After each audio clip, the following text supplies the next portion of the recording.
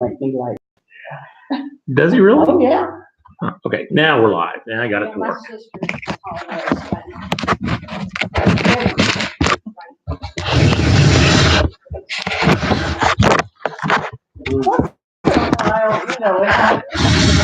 always when it's a chronic thing, it just gets.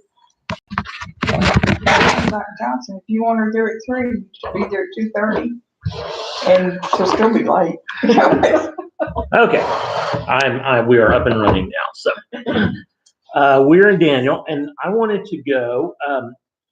Everything we talked about last time. We talked about the idea of the 4. We were talking about the statue, the Colossus thing of being the Babylonians, Medo-Persians, Greeks, Romans.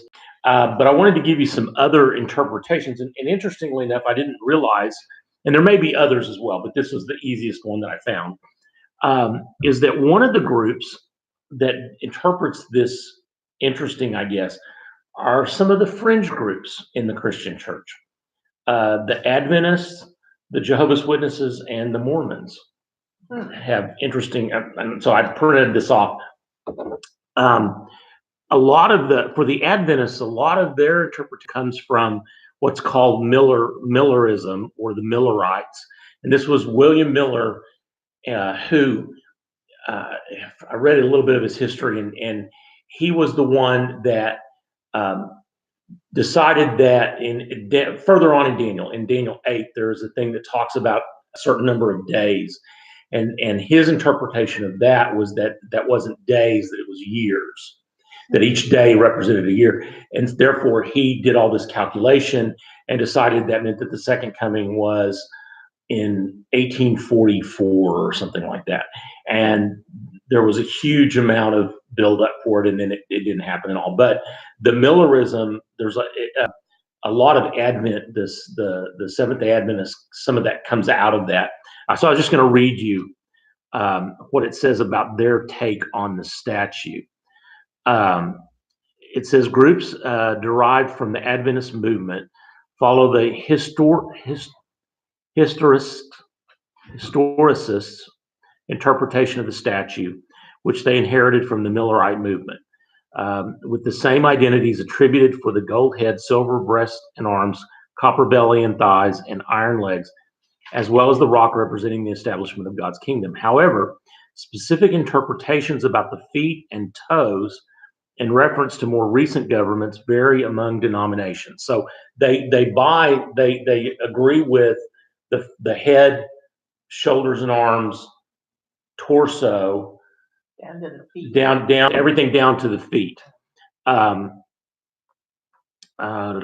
Seventh-day Adventists interpret the non-durable iron and clay mixture, so that'd be the feet, as the many short-lived attempts throughout European history to form a large empire, such as the Holy Roman Empire, the Napoleonic France, Nazi Germany, and the European Union, which would be modern day.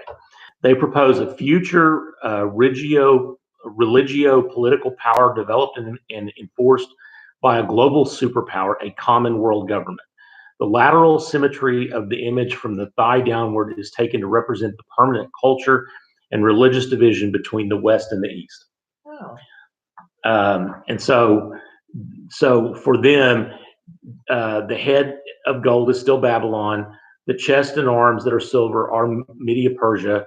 The belly and thighs are bronze or Greek.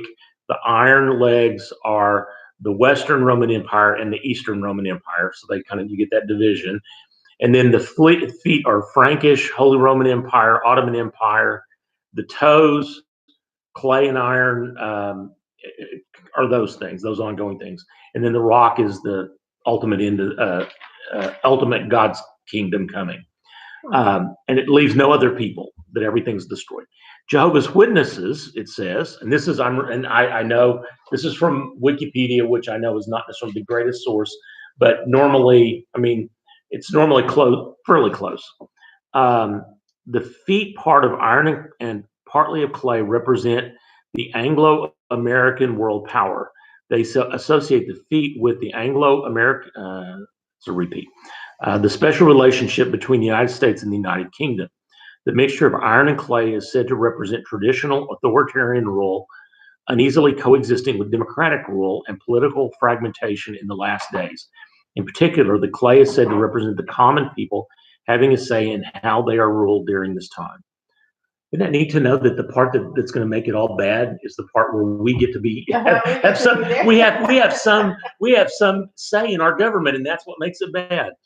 And I do want to say that doesn't mean that all Jehovah's Witnesses or all Seventh-day Adventists believe this. This is just, there may be schools of thought within their scholars that believe this. So for them, it says, this little chart thing says that the present is the feet and toes are of clay and iron. It's the Anglo-American authoritarian and democratic fragmentation. So that it's that. I'm not sure why they see it as that, but they do. That's some do. So they're only including America and Britain. Even though I don't know that America and Britain, neither one of us are authoritarian. And actually, if you wanted to see Britain as being authoritarian, you would go back a long way in their history when they had strong kings and stuff. So I don't know. Now they would maybe say that it's something that's going to come, and I mean that could always be. We don't know. Now for the Mormons, it says the story in Daniel 2 has significant meaning to members of the Mormon Church who believe that the true church was restored to the earth in the latter days through the modern prophet Joseph Smith in 1830. The LDS Church believes that the stone cut out of the mountain without hands is God's kingdom on the earth, but unlike many other Christians, they believe that it has already been established rather than at a future date. Spencer Kimball explained in 1976, the church, Jesus Christ of Latter-day Saints, was restored in 1830.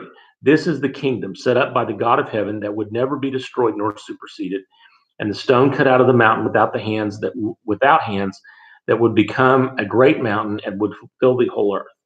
Kimball agreed with the view of most Christians that the third kingdom represented that of Alexander the Great, the fourth representing the Roman Empire, and the feet of iron and clay representing a group of European nations, which were the great political powers at the time that the movement was founded. So in his mind, they say that they are the rock, that they are that coming of Christ, that so yeah. And all I wanted to do was to point out that there are people that when you read the way we've read it, and that's the way most traditional Orthodox Christians would read it. It ends with the Roman Empire falling, but then you have it falls because of this huge rock that sort of is the end of times, and that doesn't work out well. So I was just trying to give you some other ideas of how it comes about. Okay. So we are in chapter 2, still verse 46 is where we're going to begin.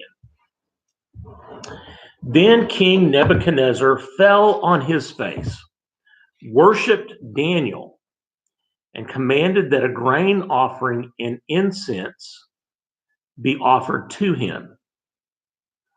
The king said to Daniel, "Truly, your God is God of gods." In mine, it's your God, capital God, is God, capital G, of gods, little g. Yeah, mine's like that. Okay, and so it's kind of a strange, and Lord of kings, and a revealer of mysteries, for you have been able to reveal this mystery.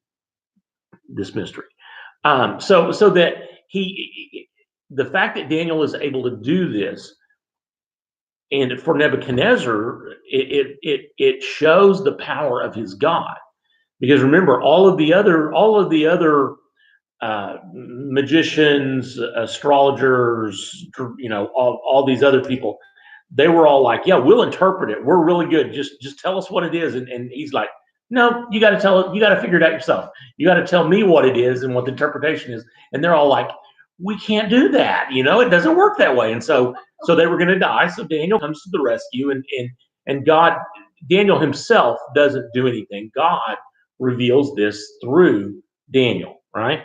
But as a result, Nebuchadnezzar says that your God is the God of gods. He's sort of the be all, but the number one, kind of elevates. Even though don't think that means Babylonians are going to become worshippers of Yahweh. They're not. It's just he's giving a lot of respect to Daniel's God. Also, it bothers me a little bit that it says he worshipped Daniel. I guess maybe if the king is doing that, you don't do anything about it. But you remember when we studied Acts and Paul had done some stuff they were in, where were they at? They're one of the Greek places, and Paul had done something, and the people started worshiping them. Yeah. And Paul was like, no, get up. I'm not God. Get up, because you worship a God. And so, but I guess when it's the king, maybe you don't do that. And Mine says paid him honor. Paid him honor. Okay, and that may be a better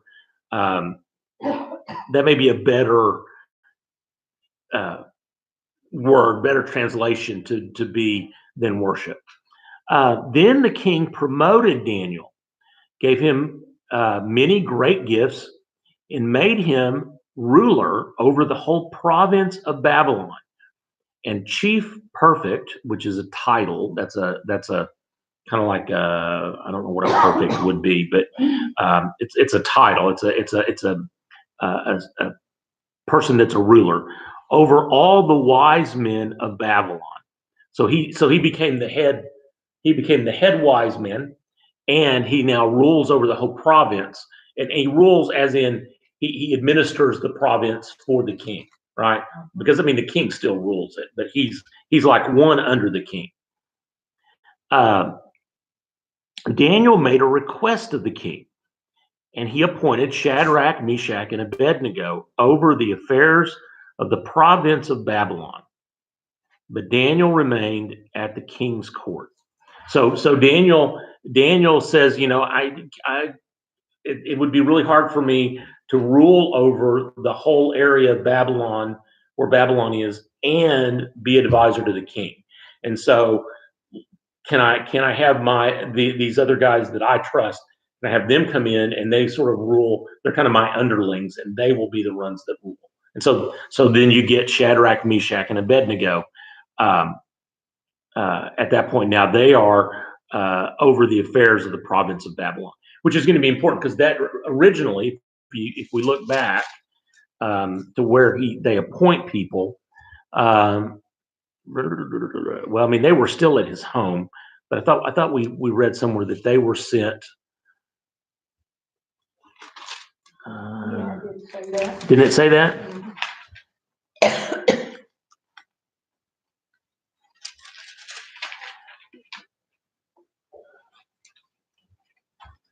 No, they were stationed at the king's court. I thought though at some point it was mentioned that they were somewhere else, but maybe not. Maybe. Anyway, so they are with him at the king's court, which is going to be important when we get to the story of which is next. That's what's coming up.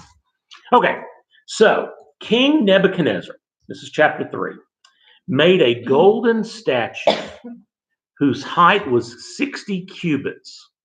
Okay, and a cubit is roughly 3 feet. Is that right? It was the length of a person's forearm, which of course everybody's forearm would be a different. I don't know how that's a standard measurement, but it's from your elbow to the tip of your finger is supposed to be a cubit.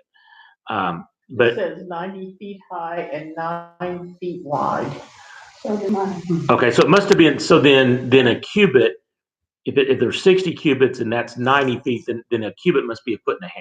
Yeah. Okay, so not 3 feet, so 1.5 feet. Okay, so it's 60 cubits by 6 cubits, and how much? On me, 1.5 feet. 9.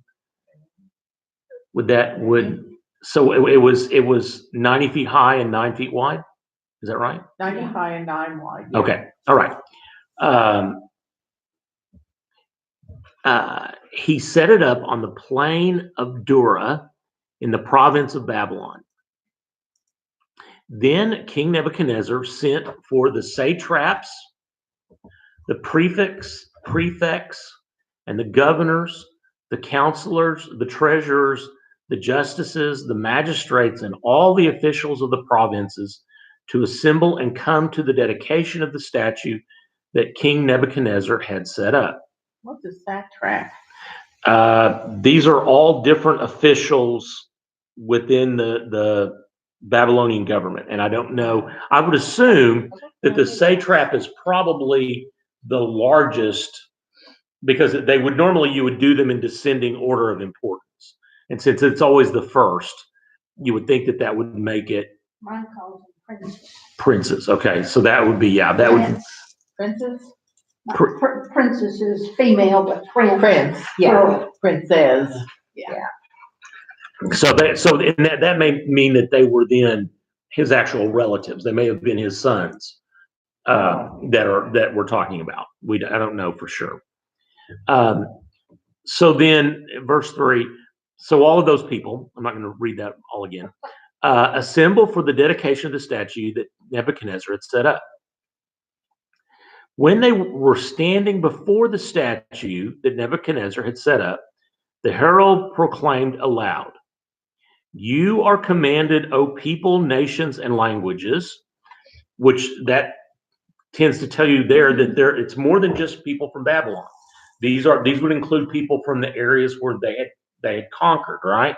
So that maybe some of these lesser ones, the magistrates, officials of the provinces, those people are, for example, would be somebody from Israel that would be there. They would oversee all that goes on in Israel. So this is the whole government of the whole empire are there. Okay, you are commanded, O people, nations, and languages, that when you hear the sound of the horn, pipe, lyre, trigon, harp, drum, an entire musical assembly, so they are ensemble, so that they have a band. So when you hear the band, right, strike up its whatever, yeah, you are to fall down and worship the golden statue that King Nebuchadnezzar has set up, right? Which we know is going to be a problem.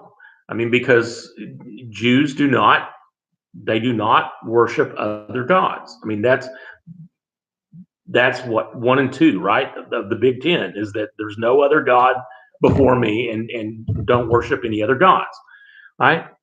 But then it goes on. Whoever does not fall down and worship shall immediately be thrown into a furnace of blazing fire. So it's laid out there. Either you fall down and worship when you hear the band play, or you will immediately be thrown into a fire. Is he thinking that this represents the God of gods? Now, see, I don't think so. No. I think it represents him. Yeah, it doesn't. We're not told exactly. Yeah, we're not told exactly that it doesn't. It doesn't say that it is him. Does yours, Mickey? No, it says his golden statue. It's just a statue. It doesn't say what it's a statue of. It doesn't say that it's a statue of him. But it is obviously a statue that in his mind, in the mind of all of these other people, is a god of some sort, because they're worshiping it. So it's got to be some kind of god, but we don't know what it is. Which I think is kind of interesting that we're not told that it's a golden calf or whatever. Okay, so if you don't fall down immediately and worship, you're thrown into the fire. Therefore, as soon as all the people heard the sound of the horn, pipe, lyre, trigon, and would that basically be a triangle? Like you? I don't have that. I've got zither. A zither is isn't a zither the one it's got little ridges and you go up and down and it yeah. Trigon sounds to me like a triangle. I don't know whether it is or not. Harp, drum, and entire musical ensemble. So the band plays. All the peoples, nations, and languages fell down and worshiped the golden statue that King Nebuchadnezzar had set up. Okay, so boom. He assembles them all. They make the pronouncement, this is what you're supposed to do. Music starts, boom, they all fall down and worship it, right? Accordingly, at this time, certain Chaldeans, and this is another, Astrologers. this is some of the wise men, right? Yeah. Came forward and denounced the Jews. They said to King Nebuchadnezzar, "O king, live forever. You, O king, have made a decree that everyone who hears the sound of the horn of the band shall fall down and worship the golden statue." I'm going to quit saying all the names of the instruments. "And whoever does not fall down and worship shall be thrown into a furnace of blazing fire. There are certain Jews whom you have appointed over the affairs of the province of Babylon, Shadrach, Meshach, and Abednego. These pay no heed to you, O king. They do not serve your gods, and they do not worship the golden statue that you have set up." Now, I don't know about you, but in reading this, where do you think that King Nebuchadnezzar got the idea to make this big golden statue and have everybody fall down and worship the golden statue? The golden calf. Or what? Well, or no, I mean, probably the king gets advice from people. So who do you think advised him to do all of this? His advisor. Okay. Say Daniel. Well, no. But Daniel's a Jew. Yeah. Daniel's a Jew. I think it's these Chaldeans. Okay, they are upset because Daniel and Shadrach, Meshach, and Abednego have gotten favor with the king, and so they're trying to set up something that's gonna. They know they're Jews. They know that they won't worship some other god, and so they go to the king and say, "Hey, here's a great to glorify you, to make you look better. We need to do this. You need to have us build this huge golden statue and have everyone fall down and worship it," knowing that the Jews won't. Because how would they know? How would it seems like it's like at this time, I mean, as soon as it happens, the Chaldeans step up and say, "Hey, we've got a problem. You know, those people you put in charge, they didn't do this." Sounds to me like, it was a setup. They They knew. were trying to discredit They're trying to discredit them and hopefully get them kicked them. I'm out. sorry, I can't get. Yeah. Well, I'll help you. Well, stay up there. You want it up on your shoulders? Yeah. My back gets so cold. Mine must be cold. Yeah. I nearly froze to death on Sunday in church. Jameson. Did you? Yeah. This morning? Oh, I was cold. In church? I was fine. And I asked somebody and they said, I guess I asked Flo, and Flo said, "No, it feels fine to me." So sorry, that one's on her. I didn't do that one. But I think they obviously they set this up because they wanted to get at least Shadrach, Meshach, and Abednego. We don't really hear about Daniel, I don't think, in this story, and why, I don't know. I'm not sure why Daniel isn't a part of it, but they obviously, they know that these guys are not going to. They know that the three guys are not going to worship, and so they're going to get. They set up a situation that'll get them in trouble. All right. So back on now to verse 13. Then Nebuchadnezzar, in furious rage, commanded that Shadrach, Meshach, and Abednego be brought in. So they brought those men before the king. Now, and that seems to imply to me, maybe Shadrach, Meshach, and Abednego didn't even go to this ceremony. Maybe they recognized what was going on, and they knew they would be better off not, because think about it. If you're standing there at the ceremony and everybody else falls down on the ground and worships, and you stay standing, you're pretty much, you're done for, right? So, and the king, they wouldn't have to go get them. Well, they had to go get them. And so they weren't there. They didn't show up. So in effect, they had violated twice, because they violated the king's rule order that everybody come, and they violated the rule that everybody's supposed to fall down. Okay. They already outed the provinces? No, they rule over the province where Babylon is. They're the home province, so they're probably not very far away. Oh. So they brought them in before the king. Nebuchadnezzar said to them, Is it true, O Shadrach, Meshach, and Abednego, that you do not serve my gods, and you do not worship the golden statue that I have set up? That was a question. He doesn't seem to wait for an answer. Now, if you are ready, when you hear the sound of the band, to fall down and worship the statue that I've made, well and good.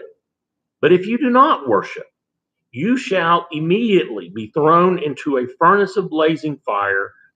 And who is the God, little g, that will deliver you out of my hands?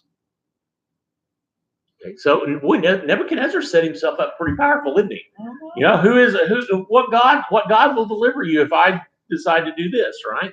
And it seems it's interesting that this comes immediately after the Daniel thing with, oh, your God is so great. He is the God of gods and the King of, the Lord of kings, the revealer of mysteries, all of this stuff.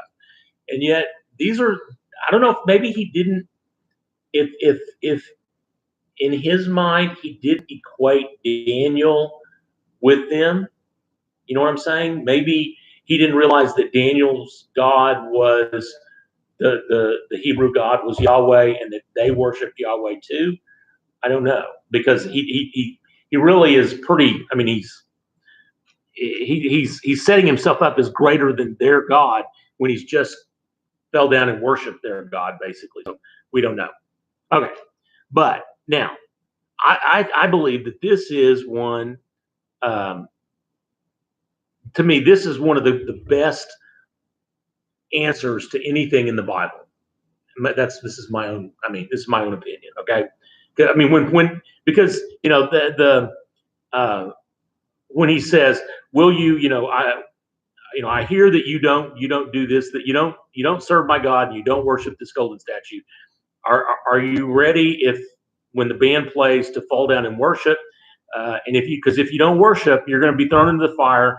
And who is the God that will deliver you out of my hands? And so now, how are they going to respond? And I think this is the best response in the Bible. One of the best responses. I don't know if it's the, but it's one of them. Shadrach, Meshach, and Abednego answered the king, O Nebuchadnezzar, we have no need to present a defense for you in this matter. If our God, whom we serve, is able to deliver us from the furnace of blazing fire and out of your hand, O king, let him deliver us. Right? So, basically saying we don't need to present a defense. Just go do what you're going to do. And if our God delivers us out of the furnace, then our God will deliver us. And you'll basically, in effect, you'll see whether our God is good and big enough to do that, right? If our God, whom we serve, is able to deliver us out from the furnace of your hand, O king, let him deliver us. But if not, be it known to you, O king, that we will not serve your gods, and we will not worship the golden statue that you have set up. And I like that. It's kind of like it's one of those. It's like, we know what you want to do. We know what you've said. And you said that what will our, how our God going to deliver us out of your hands?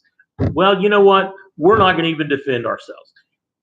You can throw us in the fire, and we believe that our God, in a sense, we believe our God will take care of us. But even if our God doesn't take care of us, we are not going to serve your gods, and we're not going to bow down to your statue. And to me, that's one of those that we have faith in God that God's going to take care of this. But even if God doesn't take care of this, it's not right for us to do that, and we're not going to do it. And I think we need to have more people like that in the world today. That I don't care what I think my God will save me, but even if my God doesn't save me, I'm not going to do whatever it is you think I'm supposed to do. I like that answer. I've always thought that. But even if But if not, we will not serve your gods and not worship the golden statue you have set up. So they're really putting their trust in God. Absolutely. You just can't imagine how how much trust they're putting in God, right? But needless to say, Nebuchadnezzar is rather upset. Then Nebuchadnezzar was so filled with rage against Shadrach, Meshach, and Abednego that his face was distorted. I think he's red in the face. You know, he is livid with anger because they have challenged him. I mean, they have said, "Hey, give us your best shot." But even if we burn up in the fire, we're not going to do it. We're gonna go against you. He ordered the furnace heated up 7 times more than was customary. Now, mine says the furnace is a local kiln type oven with openings at top and at ground level, so that it would have an opening at the top of it, and it would have an opening at kind of ground level at the bottom. And I guess the fire would even be lower than that. But they're going to heat it 7 times. Now, mine says the 7 times is rhetorical.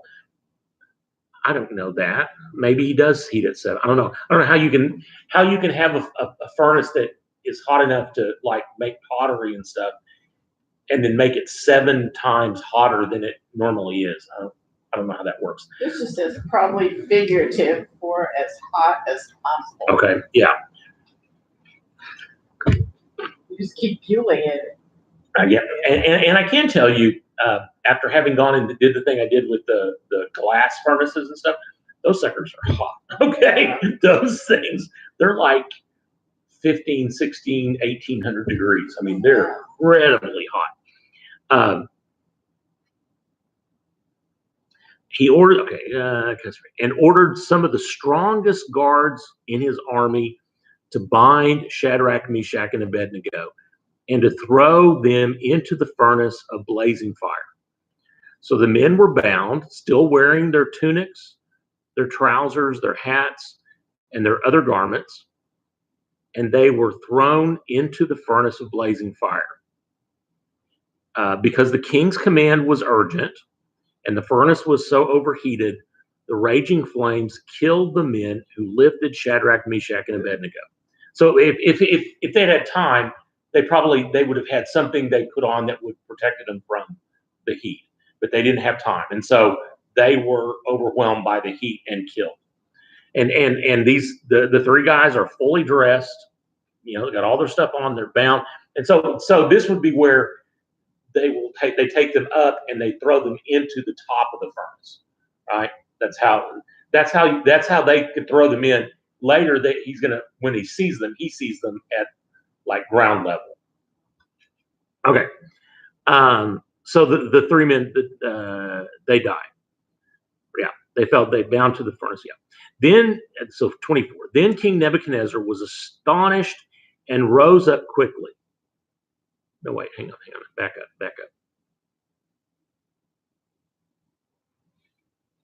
Yeah. But the 3 men, Shadrach, Meshach, and Abednego, fell down, bound into the furnace of blazing fire. Then King Nebuchadnezzar was astonished and rose up quickly. He said to his counselors, "Was it not 3 men that we threw bound into the fire?" And they answered the king, "True, O king." And he replied, "But I see 4 men unbound, walking in the middle of the fire, and they are not hurt. And the 4th has the appearance of a god, little g." Okay, so they're bound and thrown in, and of course, when they're thrown in, the first thing that burns are the ropes that hold them, but not their garments, right? They're dancing around in the fire, and not only the 3 of them, but then there's a 4th, right? The 4th looks like a son of the gods. Okay, that's how yours translates it. Okay, looking yours too. Okay, okay. H. Mine has a son of the gods. Yes, which is interesting when you read that, a son of the gods, and then you think, now you put it into sort of Christian context. Then if the 4th one that is with them looks as if he is a son of the gods, then who is it? Jesus. Yeah. And so that's how Christians will interpret this, is that this was the Christ, in a spiritual or divine form, strictly divine. It's not Jesus like the Jesus that will be born and raised, but it's the Christ, right? That is in there with him, and because he is the Son of God, and so that fits in. Nebuchadnezzar then approached the door of the furnace of blazing in fire and said, Shadrach, Meshach, and Abednego, servants of the Most High God, come out, come here. Now, that does tell us something, though, right? He calls them servants of the Most High God. And to me, that means that he does know that their God is the same God as Daniel. So he's done all of this knowing he's already had one demonstration from their God from when this interpretation of this dream. And now he sees another demonstration when they are not hurt by the blazing fire. Okay, and that's which obviously he didn't learn the way he maybe should have originally, but he calls on them to come out. So Shadrach, Meshach, and Abednego came out from the fire, and the satraps, the prefects, the governors, and the king's counselors gathered together and saw that the fire had not had any power over the bodies of these men. The hair of their heads was not singed, their tunics were not harmed, not even the smell of fire came from them. So they're pristine. They don't look like they've ever, they don't smell like smoke. You guys have been around campfires enough. You know what I'm talking about, right? You go home from camping out and all your clothes smell like campfire, which is not a bad. It's not a bad smell in my mind. But in this case, no smell of fire, no singed hair, no burned tunics, nothing. Nebuchadnezzar said, "Blessed be the God of Shadrach, Meshach, and Abednego, who has sent his angel and delivered his servants who trusted in him. They disobeyed the king's command and yielded up their bodies rather than serve and worship any god except their own God. Therefore, I make a decree. Any people, nation, or language that utters blasphemy against the God of Shadrach, Meshach, and Abednego shall be torn limb from limb, and their houses laid in ruin, for there is no other God who is able to deliver in this way." So it doesn't, at this point, we don't get that, but think about who is it that start all this, right? These Chaldean advisors, we don't know exactly what they are, but they're the ones that started this. And so basically this decree that he puts out there is that anyone that does stuff like this again, anyone that utters blasphemy against their God, which is what they have done in a sense, shall be torn limb from limb, and their houses laid in ruins. So you're going to pay the price, right? You're going to pay the price for doing this if you do it. For there is no other God who is able to deliver in this way. Then the king promoted Shadrach, Meshach, and Abednego in the province of Babylon. So somehow or other they move up even more than they were at that point. You think he was testing them to see if their God was real or not, or Daniel's God was real or not? I don't know. We don't get a lot of. You never hear a lot of motivation behind. It's like the thing with the Chaldeans. I'm kind of reading into the story their motivations of being jealous of Shadrach, Meshach, and Abednego as to why they talk him into doing this huge statue and the band and falling down and worshiping. Whether it seems to me that he doesn't. He's the king. And this is not just like the king of Israel, which is a little bitty country. This is the king of the kingdom of Babylon. This is huge, right? And he's got, it's expansive. Wouldn't necessarily be all of the known world, but it's big. It's in the group of four. And these guys are basically telling him no. They're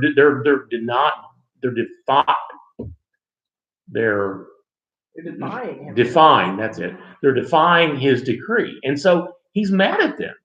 I don't think at least at the beginning, I don't think he's really concerned at all about them and their God. I don't think he was thinking that way. I mean, you know, the fact that his face is so distorted and all of that kind of stuff, I think is, you know, he's not thinking real clearly about who they are and who they worship. Um, but I think, but obviously, you know, he once they survive, he kind of the switch is flipped, and suddenly he recognizes, you know, hey, maybe, you know, he knows that their God is the same God, the God of the Most High, and you know, they basically told him, you know, we feel like our God will deliver us. We have faith that'll happen, but even if he doesn't, we're not going to do it. You know, we're not going to, you know, because it's not the right thing to do. And so he's impressed with them. I would not interpret this as being him trying to test it. In my mind, I don't see that. I think he thought they would throw them in the fire and they would burn up. I mean, you know, plain and simple. Boom. They burst into flames. You know, they're not. They don't even just cook a little bit. I mean, they're cremated basically. He's very surprised when they don't do that. And of course, and we all, you know, the Shadrach, Meshach, and Abednego. What's the song? Isn't there a song? There used to be a song. When I was a kid, I heard. Yeah, I don't remember the song, but there is. It's like a Bible school song. Yeah. Yeah. But I can't think of it. okay. Now, chapter 4, we are going to get. This is, I think, another one of the stories. At least parts of it are. And the story is about the fact that Nebuchadnezzar basically begins to lose his mind. He's going insane. King Nebuchadnezzar. Wait, where's chapter 331 in Arabic? Okay. Chapter 3, verse 31. Okay. In some versions, the first verse is actually where's J? There's I. Where's J? Is in Aramaic, and it's listed as 331 instead of 3:1. I'm not sure why. It's the division is all it is. So King Nebuchadnezzar, to all peoples, nations, and languages that live throughout the earth, may you have abundant prosperity. The signs and wonders that the Most High God has worked for me, I am pleased to recount. Okay, so now, you know, wait a minute, hang on just a second. So we finish the story of Shadrach, Meshach, and Abednego. And now we are going to get who is speaking.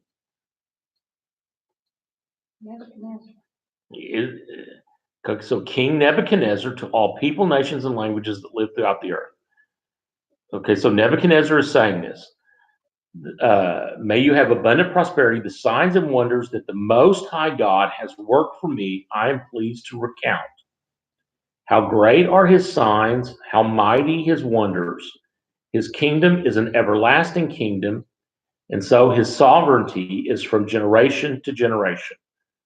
Okay, so this is kind of strange, right? I mean, you're having the king of Babylon talk about the king of Israel or the God of Israel, about all of the signs and wonders that this God has done. I, Nebuchadnezzar, was living at ease in my home and prospering in my palace. I saw a dream that frightened me. My fantasies in bed and the visions of my head terrified me. Okay, so we're now switching into, but this is all being told by Nebuchadnezzar, right? Is that, I mean, because this all seems to be, Yeah, mine says this is the proclamation of Nebuchadnezzar the king. okay, so this is all him saying all of this, okay? I made a decree that all the wise men of Babylon should be brought before me in order that they might tell me the interpretation of the dream. So we're now back to dream interpretation, right? Then the magicians, the enchanters, the Chaldeans, and the diviners came in. I told them the dream, but they could not tell me its interpretation. At last, Daniel came in before me, he who was named Belshazzar, after the name of my God, which is it's kind of strange that Daniel would, I guess he couldn't do anything about it, but for someone that you're not supposed to worship other gods, and then you're given the name of, your name is a reference to that God, would kind of be strange. But anyway,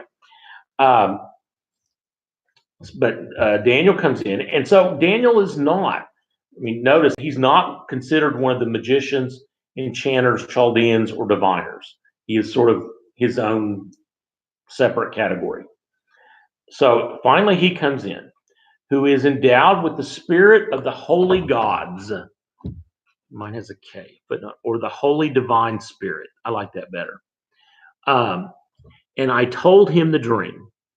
Now, quotation marks. So now this is going to be someone else speaking, right? This is going to be Daniel, I think. No, this is not. This is still Nebuchadnezzar. No, it's still Nebuchadnezzar. But interesting that we have quotation marks there. And I guess because he's speaking specifically to Daniel. O Belshazzar, chief of the magicians. Okay. I know that you are endowed with a spirit of the holy gods, or a holy divine spirit. I don't know why mine translates it gods. How do others of you? It's both. Spirit of the holy gods is in you. Yeah. Okay. Mine says Okay, and it's but with S, little g. Little g. Little g. Okay. So he still has trouble with this idea that Daniel's God is not one of these little gods. That, you know, I mean, we see that, but he doesn't. And that no mystery is too difficult for you.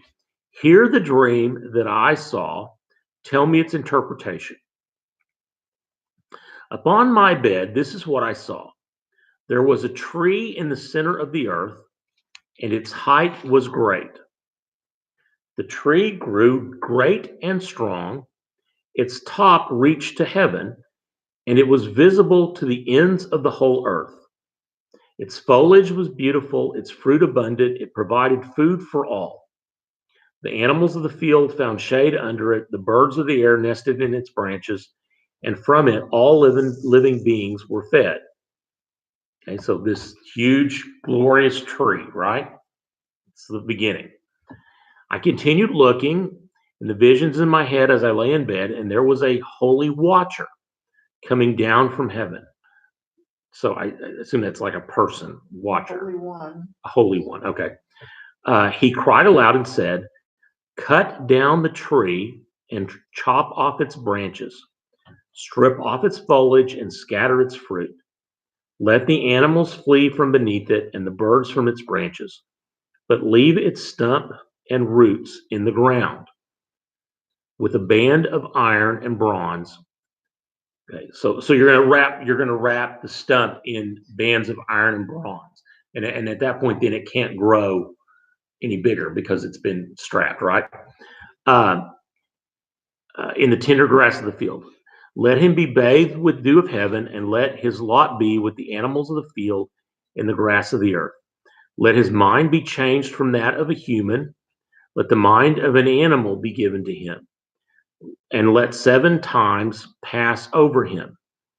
The sentence is rendered by decree of the watchers. The decision is given by order of the holy ones, in order that all who know may know that the Most High is sovereign over the kingdom of mortals. He gives it to whom he will and sets over it the lowliest of human beings. Okay, so we have this tree that is the great thing in all the world. It can be seen from everywhere. The fruit feeds everything. Animals find shade under it. Birds nest in its branches. The Holy One comes and says, cut it down. You're right. Chop off all the branches, strip off all the leaves, scatter the fruit, get the animals out from underneath it. The birds can't be in its branches. Leave the stump and the roots in the ground. Wrap the bronze and iron around it, and let the grass grow around it. And let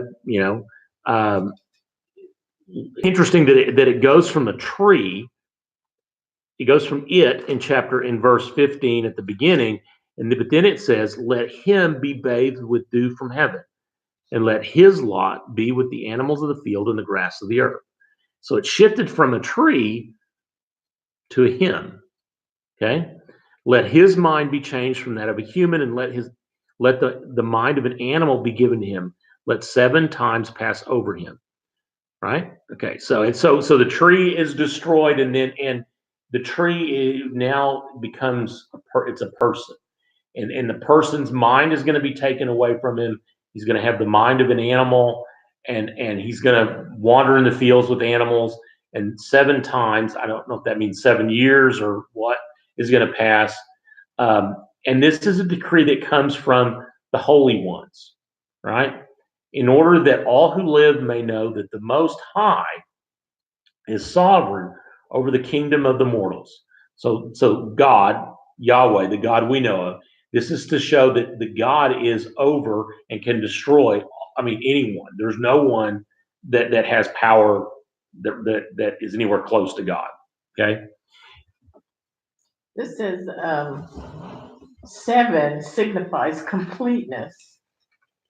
Mm-hmm. And then alternatively, times in quotes can refer to indefinite periods. Right. So it could be 7 days, could be 7 months, could be 7 years. We don't know. We may know later on. Okay, we're going to stop there. It's about 5 minutes still. So I'm going to click off. I've got an Apocrypha at home, and I haven't looked at it for a couple of weeks, but when I was glancing through it, it had some other chapters from Daniel that are not in the Bible.